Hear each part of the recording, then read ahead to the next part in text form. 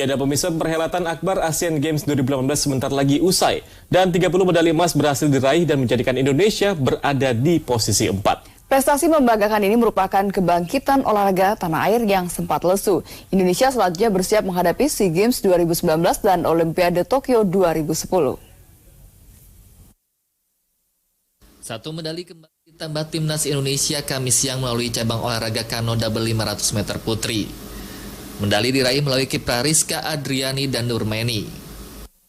Sementara sehari sebelumnya, tim pencaksilat kembali mendulang 8 emas. Total 14 medali emas yang disumbangkan olahraga khas Indonesia ini. Total hingga Kamis siang, Indonesia berhasil mengoleksi 89 keping medali dengan rincian 30 emas, 22 perak, dan 37 perunggu. Tidak hanya menjadi penyumbang emas terbanyak, pencaksilat juga mampu mempersatukan dua tokoh yang sedang bersaing dalam pemilu presiden 2019. Bahkan pemain pencaksilat Hanifan Yudani berhasil mengajak Presiden Joko Widodo dan Prabowo Subianto yang menjabat Ketua Umum Ikatan Pencaksilat Indonesia untuk saling berpelukan. Di balik suksesnya penyelenggaraan Asian Games ini terdapat andil besar Ketua Penyelenggara Inasgok Erick Thohir. Erick mengatakan negara-negara asing memuji pelaksanaan Asian Games di Indonesia. Jika hingga akhir acara Asian Games berjalan mulus, Indonesia bisa dipertimbangkan untuk menjadi tuan rumah Olimpiade 2032 mendatang. Pada saat ini, sesuai dengan arahan Pak Presiden langsung dan pada saat ratas-ratas sebelumnya dihadiri oleh Panglima TNI dan Pak Kapolri, bagaimana kita bisa sukses tidak lain kalau gotong royong. Dan ini hasilnya ada, dan insya Allah Presiden IOC Mr. Thomas Bach, Presiden Olimpiade, akan mendarat malam ini pukul 10.15. Ini pertama kali dia ke Indonesia, dan mudah-mudahan kalau kita bisa aman, sukses sampai penutupan dan sampai kepulangan para kontingen tanggal 3, ini yang sebuah menjadi hal yang positif. Siapa tahu kita diberi kesempatan di Olimpiade 2032. Mungkin itu yang saya bisa sampaikan. Prestasi Indonesia di Asian Games yang mampu mengumpulkan 30 medali emas memang sangat membanggakan dan sekaligus menjadi rekor prestasi selama Indonesia mengikuti Asian Games. Peran emas tertinggi 20 keping pernah diraih Indonesia pada tahun 1962 atau 56 tahun silam. Saat itu Indonesia juga menjadi tuan rumah. Setelah pesta kemenangan di Asian Games 2018 ini, tugas berat masih menanti. Indonesia akan menghadapi SEA Games 2019 dan Olimpiade 2020. Tim Liputan, JAK TV. Setiap saat, setiap waktu, keringat basahi tubuh. Ini saat yang ku tunggu. Hari ini ku buktikan. Ku yakin aku kan menang. Hari ini kan dikenang. Semua doaku panjatkan. Sejarahku persembahkan.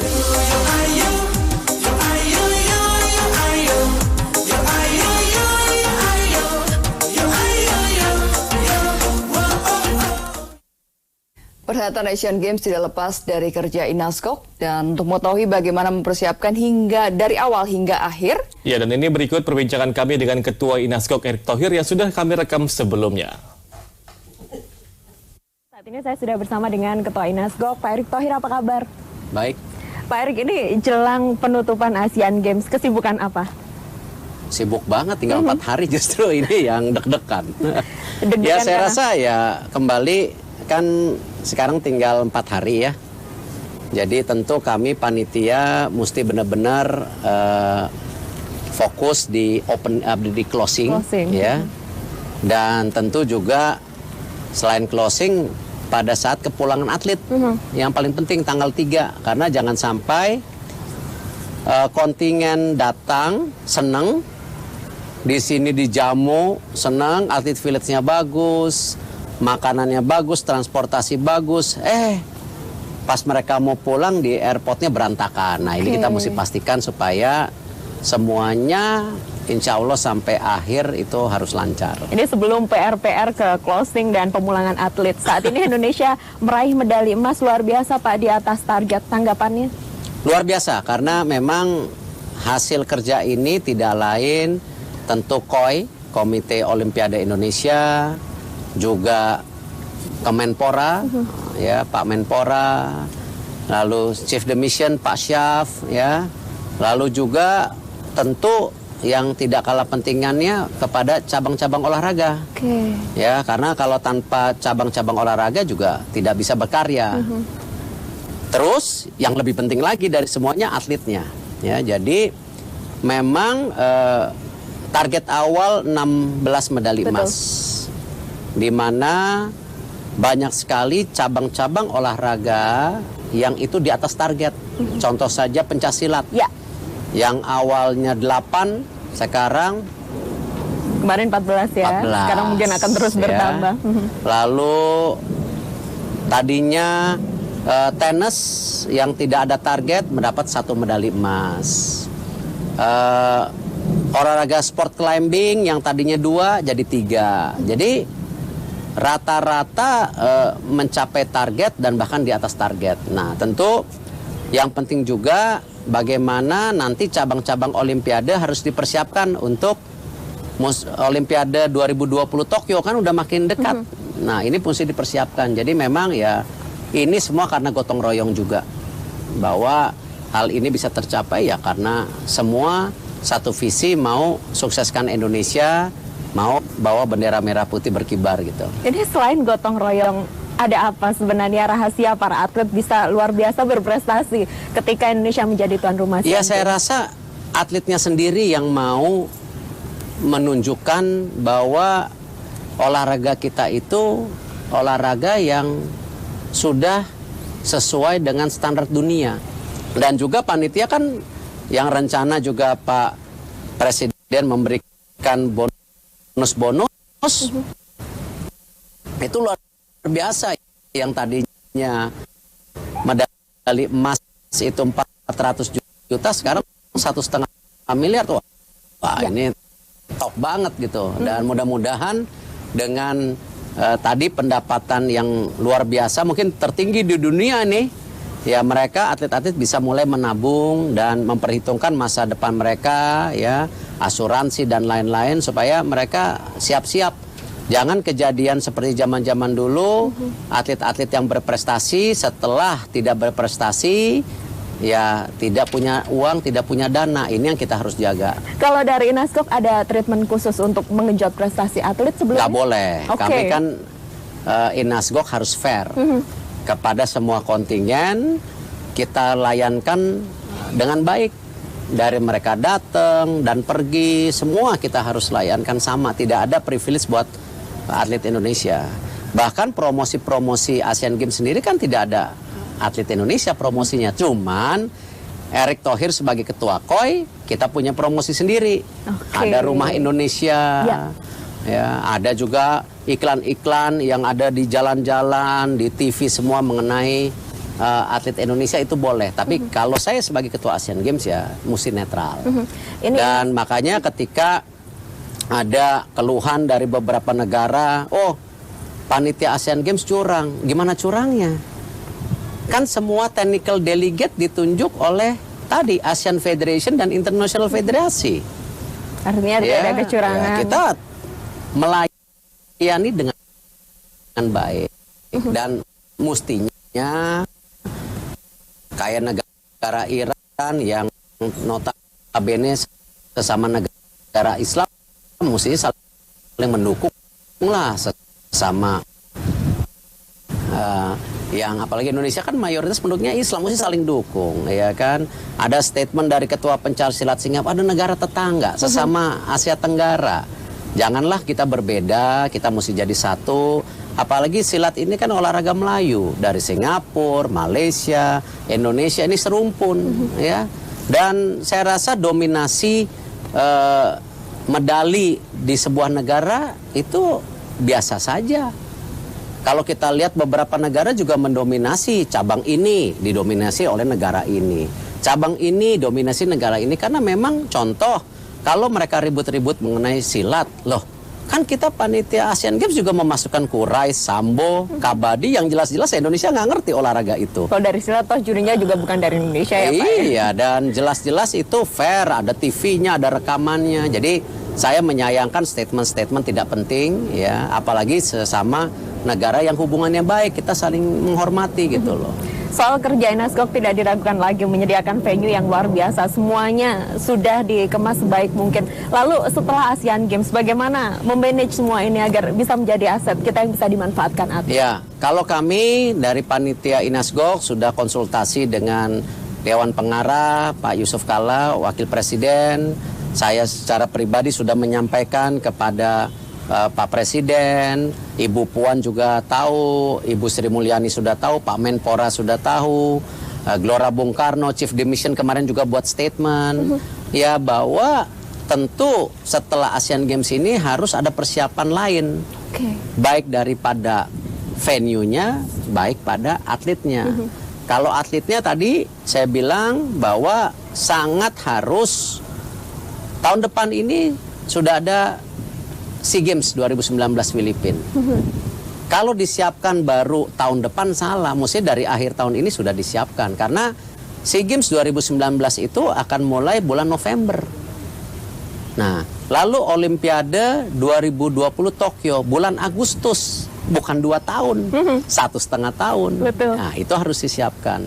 Dan tentu venue-venue yang ada harus segera dibentuk panitia pasca Asian Games supaya venue-venue ini jangan terbengkalai seperti pada saat PON.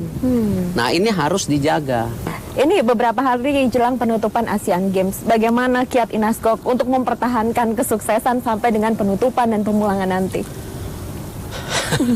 Hari ini baru saja tadi rapat dengan Panglima dan Kapolri langsung bagaimana kita sama-sama, dan TNI Polri luar biasa ya servisnya, menjaganya luar biasa. Nah, ini kita semua sepakat bahwa closing dan juga pemulangan kontingen ini tidak kalah pentingnya.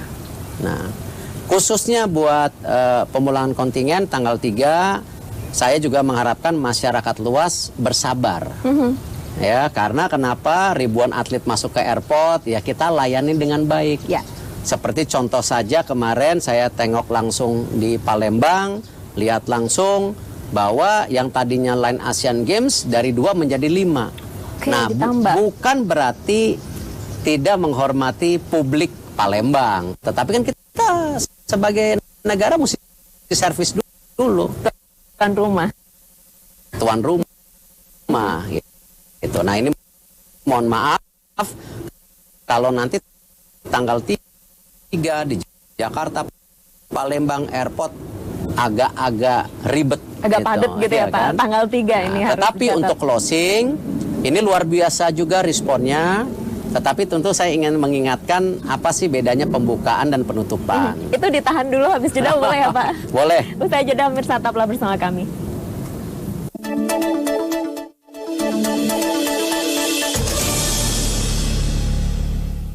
Iya, saya dan pemirsa di rumah pasti masih ingat bagaimana luar biasa kejutan yang diberikan ketika opening ceremony. Ini nanti closing seperti apa Pak Erik? Kejutannya?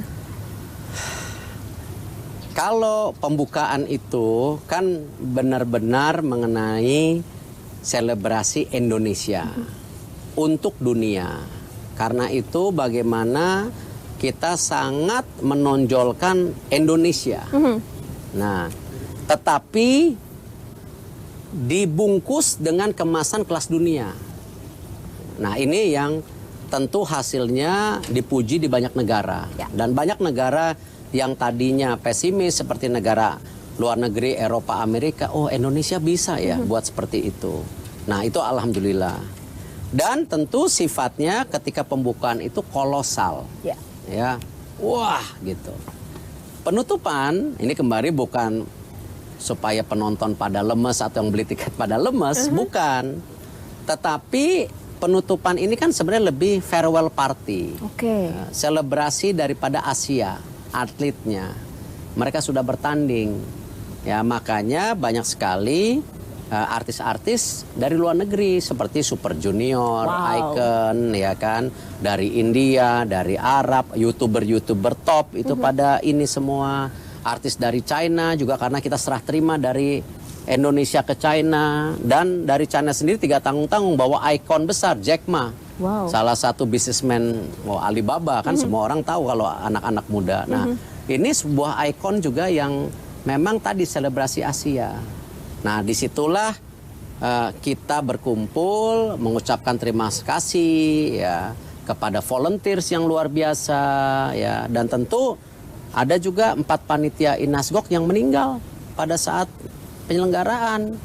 Ada yang 3 karena sakit, 1 karena kecelakaan. Nah, ini juga saya tentu pada hari ini ingin mengucapkan terima kasih kepada teman-teman panitia yang sudah bekerja luar biasa, dan tentu para pahlawan-pahlawan olahraga ya yang pada saat ini meninggalkan inilah keluarganya ya, dan tentu kita mesti ngucapin lah terima kasih kepada mereka. Terima kasih untuk semua pengorbanan yang luar biasa. Dan terima kasih kepada rakyat Indonesia juga ya. Kalau tanpa animo mereka tidak mungkinlah kita berdiri seperti hari ini. Ya. Itu terima kasih. Dukungan masyarakat. Pak Erik, saya mau klarifikasi. Ketika opening ceremony begitu luar biasa, banyak postingan di internet tiket closingnya sudah habis. Tapi belakangan ada informasi lagi kalau tiket closingnya sudah dijual dan masih ada. Ini seperti apa mekanisme pembelian? Yang saya tahu kan tiket itu banyak dijual online. Nah, yang saya cek dan langsung saya pantau bahwa dalam waktu 24 menit 40.000 tiket itu langsung sold out. 24 menit. Ya, karena memang generasi anak muda nih, milenial semua pada cek gitu. Ya, kalau kita melihat ini sebuah animo kembali yang luar biasa. Tetapi tentu kan ketika dia booking dan bayar, ada juga yang mungkin bayarannya ditolak atau mungkin. Nah, biasanya kategorinya ketika jadi sold out itu jadi fully book. Karena dia memverifikasi apakah sudah dibayar atau belum. Nah, ini yang kita tunggu, tapi informasi sih sold out. Informasinya sold out, tapi 90% ini untuk penonton diperjualbelikan. Penonton umum 10%-nya mungkin baru untuk undangan dan tamu negara. Nah, seperti itu mungkin saya klarifikasi begini. Ini kan juga banyak hal-hal yang selalu kalau di Indonesia itu kalau ngelihat sesuatu yang negatif, wah semuanya langsung cepat gitu. Kalau yang positif malu-malu mengakui. Nah, kalau kita lihat bahwa contoh kejadian-kejadian kemarin di bulu tangkis punya venue, itu kan kapasitas 7.800-an ya. Dari 7.800 itu kan ada media. Kan kalau kita ngeliput kan media-media punya meja. Betul. Beda sama pertandingan lokal, duduk aja wartawannya. Ini ada meja-mejanya. Lalu broadcast. Broadcast itu kan ada kamera-kamera, jumlah kameranya juga luar biasa. Ya. Lalu ada undangan sponsor, ya. Lalu ada tamu-tamu negara Asia Tenggara, internasional, itu OCA Family undangan, ya. Presiden IOC sendiri akan datang. Ya. Nah, hal-hal ini tentu yang kapasitasnya tadinya 7.000 akhirnya jadi 4.000. Oke. Gitu. Nah, dari 4.000 ini animonya membeledak. Ya. Meledak, membludak gitu.